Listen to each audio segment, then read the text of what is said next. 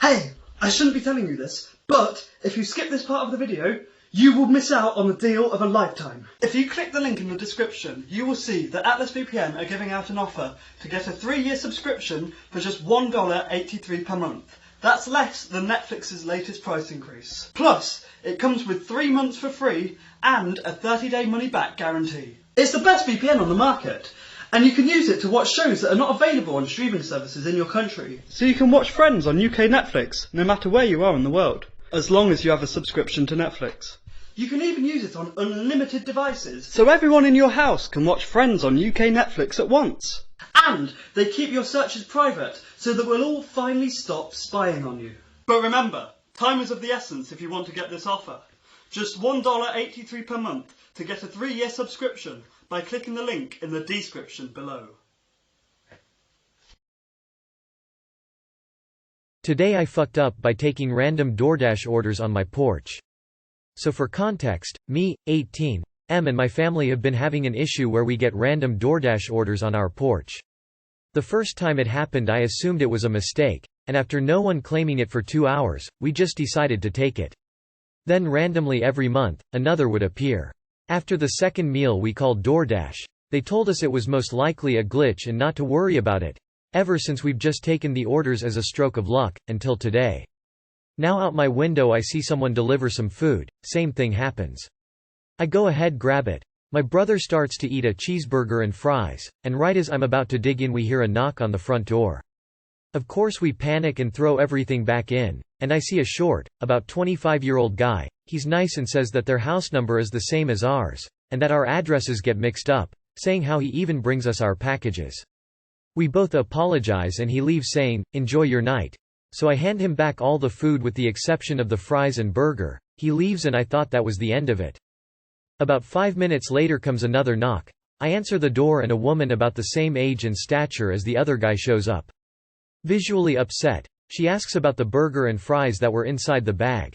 My mom shouts a no as she walks upstairs, and my brother shrugs it off. I step outside with her and apologize saying that he ate it and that they didn't want to fess up. I asked if she would want us to pay her back and she tells me no. She then points to her house and tell me we get her orders. I tell her sorry, and that we thought that the orders were random. She then says I don't believe you in an angry tone and walks off. Now I'm watching a movie feeling like shit for taking their food. I'm wondering if there's anything I can even do to make it up to them, but I'm guessing there isn't. Too long did not read. I kept taking DoorDash orders I thought were a glitch, and got confronted by the people who were ordering. Edit. Thanks for all the advice and help guys. I figure if it escalates I'll buy them a gift card, but it seems that I should just report it and go about my day. Edit. To answer some more comments, they have the same number, but not same street. We moved here about a year ago. To my best knowledge, I have never known that they have brought any packages over or have we received any of theirs. We have never known or expected there to be a house with the same number nearby or even exist. The first order I received I left out. 2 hours went by and it was sitting outside, so that's when I called DD support, who told me, it's most likely a glitch, we'll refund them the full amount, enjoy the mix-up. Finally the receipt does not come with an address or name, in my experience. I don't want to just put all this new context here to avoid accountability, but I thank everyone as I understand the situation a lot better now, thank you all. Once it's delivered to a wrong address, the driver is not supposed to take it back. DoorDash would have to issue a refund. You're good, don't worry about it. My wife did DoorDash for a few weeks in between jobs. She made bank on it, and they're actually quite strict on what the drivers can do, so as not to compromise the food in any way. You called the company. They said don't worry about it.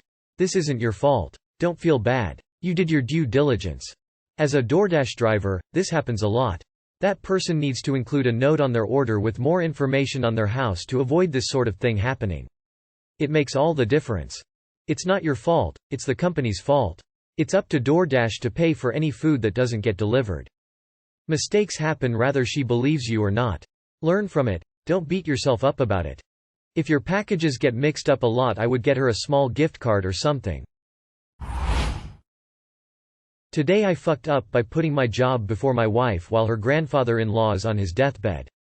For context, my 28M wife, 31F, has some significant physical disabilities on top of serious anxiety and PTSD, which has made it difficult for her to find and hold down a job. Even working from home or doing side gigs has not been fruitful. She only recently got full-time, temp to hire work while I've been holding the fort for nearly a year with my job and DoorDash. We have a lot of expenses to cover: rent, utilities, student loans, groceries, stuff for our cats, credit card bills, car repairs, a friend's wedding we RSVP'd to and a gift for said wedding. And our savings are nearly gone from us being in the red so often despite it all. Our days are demonstrably numbered if only one of us is working, even with how much I make. This has led me to some serious work first tendencies that are hard to shake. Also, we have only one car and I'm the only one with a license, so I need to take her to and from work. Anyway, the incident.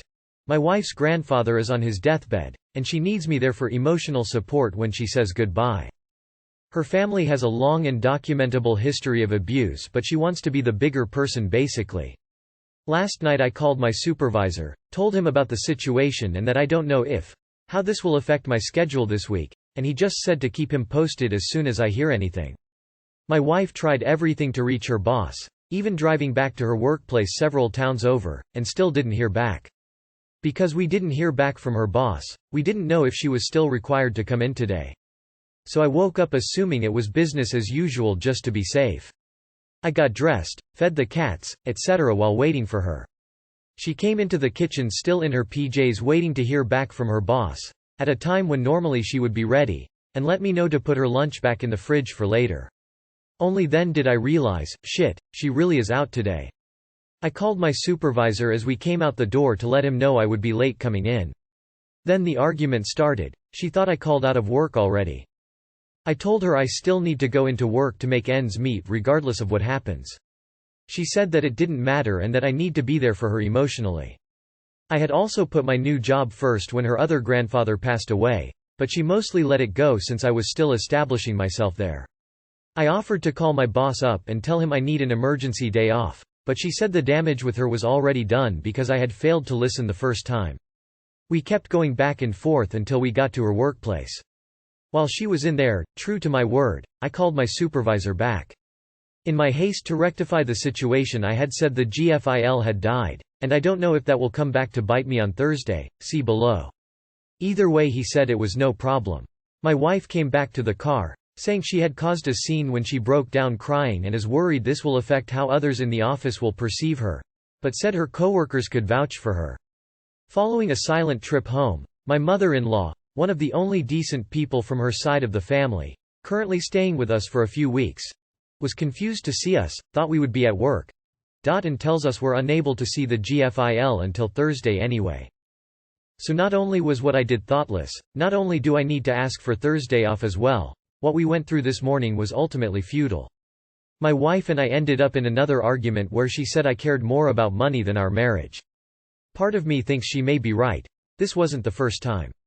In October 2020 our new cat got a small laceration on his toe. She had to bring him to the vet. I couldn't call out of work. I had to have my best friend drive her that morning.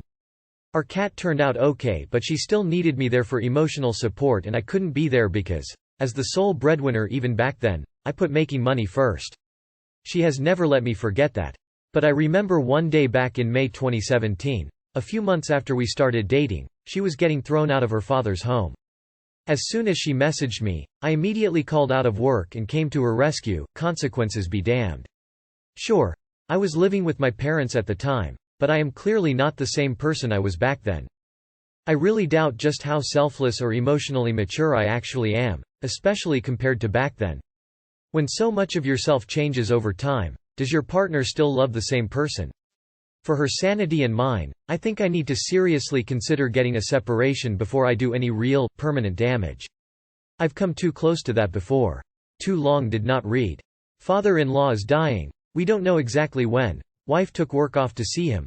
I let my boss know what was going on. Due to miscommunication and my failure to listen, I did not explicitly ask for the day off until this morning. Things blew up because I prioritized money. There is a precedent where I did the same thing. But when we first started dating I did the right thing in a similar situation, and I'm considering bowing out with what dignity I still have left. I don't mean to be a jerk here, but you and she need to seek therapy. Especially the wife who seems to me is acting out some of the abuse she lived with onto you. Abusers put their victims in a no-win situation. If you take off work for her all the time, then will she blame you when the bills can't be paid? You go to work and she blames you for not being there for her. What about her participation in this marriage? The fact you even mention seriously thinking of a separation is all you need to know. Your logical mind is screaming at you for what to do. This honestly doesn't sound like you have a relationship with a functional adult. Your wife needs professional help. She doesn't get a pass to treat you like this because of her past. The reason you are so off balance is because of her reactions. She needs to figure out a way to get help and her needs met so she doesn't continue to take it out on you.